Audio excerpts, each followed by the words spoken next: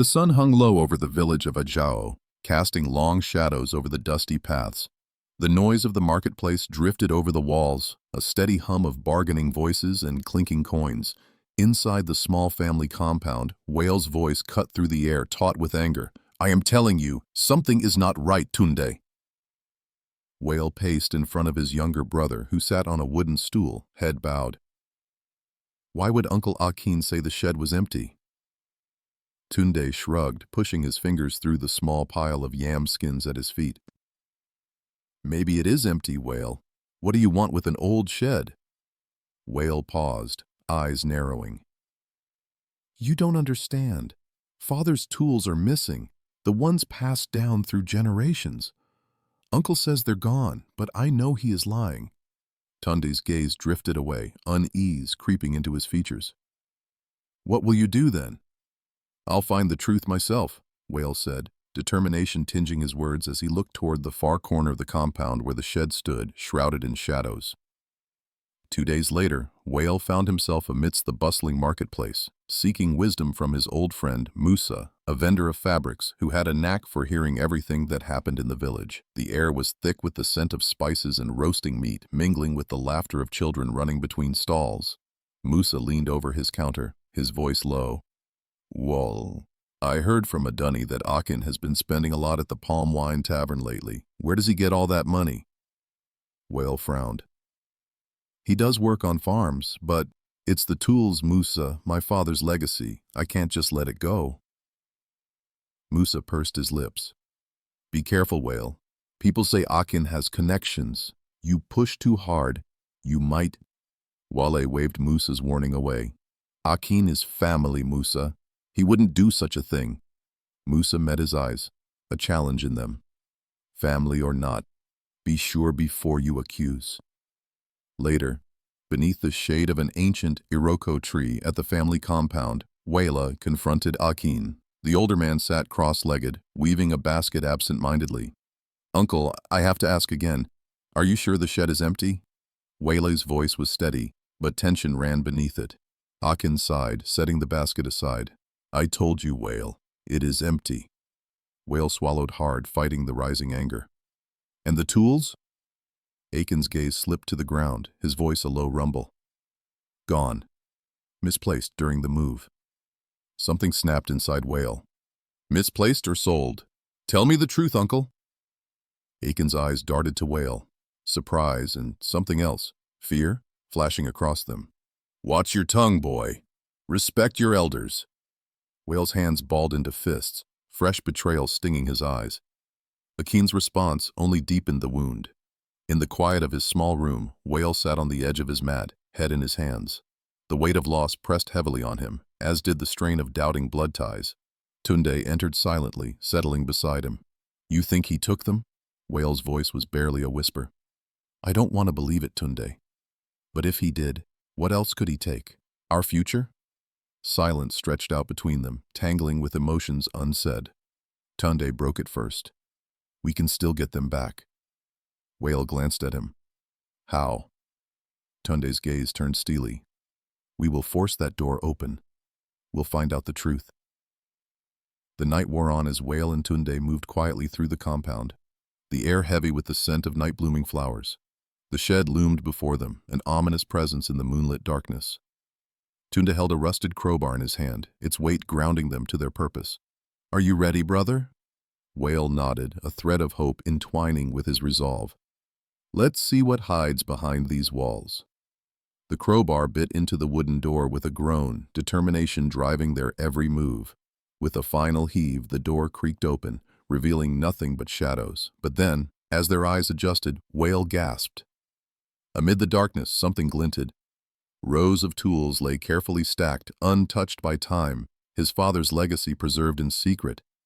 But before relief could settle, a voice, a familiar one, cut through the night. "I warned you, Wale." Wale stiffened, fear and realization crashing as he turned to face Uncle Akin, who watched them with a cold, knowing smile. "Now, what do you think happens next?" Akin's words hung in the air, a chilling promise of conflict yet to come. Thus, the stage was set, and Wale knew the dance with betrayal was just beginning. Wale stood frozen, the realization that Uncle Akin had anticipated their actions hitting him like a cold wind. The tools, still as a grave, blinked in the moonlight. Tunde grasped the crowbar tightly, anger dancing in his eyes. "Uncle Akin!" Wale's voice was thick with emotion. "Why hide them?" Akin stepped closer, the shadows sharpening his features. "Do you think life is so simple? Sometimes a lesson must be taught." "What lesson?" Tunde's defiance tinged his words, fists clenching. "That trust is as fragile as a clay pot," Akin said, his gaze heavy with a bitterness that caught Wale off guard. Wale felt the heat of humiliation creep up his neck, his betrayal fresh and raw. "So you tested us?" Akin's reply was a small, bitter laugh. "Someone had to. Your father coddled you too much." The words cut deep. Wale had always seen their father as a pillar, not as someone who might have left illusions unchallenged. The shed, no longer a mystery, now felt like a tomb of broken trust. "This isn't teaching. It's cruelty," Tunde shot back, the night seeming to echo his anger. Wale saw something flicker in Akin's eyes, something that whispered of hurt. Had Akin felt wronged in ways they never understood? The days passed in awkward silence, the family mealtimes strained under the weight of unspoken words. A rumor spread through the village about Wale's bold break-in. His name was on lips far and wide, spoken with a mix of admiration and disdain. "What are we to do?" Wale asked Musa one afternoon at the marketplace, his voice low. Musa tilted his head. "You've made a stand, Wale, but now you must decide if you'll carry anger or find peace." Wale's heart was heavy with confusion. Peace seemed distant, an unreachable horizon obscured by pride and pain. That night, under the hazy glow of the lantern, Wale found himself thumbing through the dog-eared pages of the Bible his father had left behind. The words, once just comforting stories, now seemed to speak directly to his wounded heart. "Forgive as the Lord forgave you," he read aloud, the words pressing against his heart. As if summoned by the scripture, Tunde quietly entered the room and sat beside him. "Did you know Uncle Akin lost his farm last year? A dunny told me. He's been hurting too."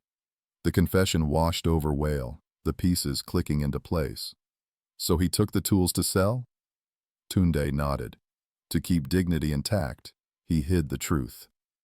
Wale felt the shift inside him, a slow, tender nudge towards understanding and grace. As the village awoke the next morning, the sun warming the air, Wale approached Akin, his heart pounded with the weight of what he planned to say. "Uncle Akin," he began, voice steady, though his hands shook slightly. "I'm sorry for accusing you. I should have trusted you enough to ask openly." Akin looked at him, surprise flitting over his face. "And I'm sorry too, Wale. I let my pride guard my pain." For a moment the world seemed softer. The tools remained, a testament to both the mistakes and learning of their journey. They wouldn't magically erase the fractures, but perhaps they could help in the rebuilding. Later that evening, under a vast quilt of stars, Wale and Tunde found themselves at the shed, their father's tools gleaming with potential.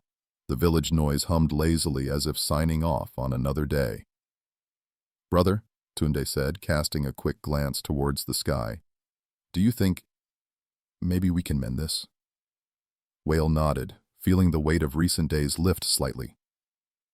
"Not just the tools, Tunde, but us, all of us." Behind them, the village seemed to exhale, accepting peace in its quiet, familiar rhythm. Consequences remained, woven into their story like threads, but beneath it all, a new strength unfurled.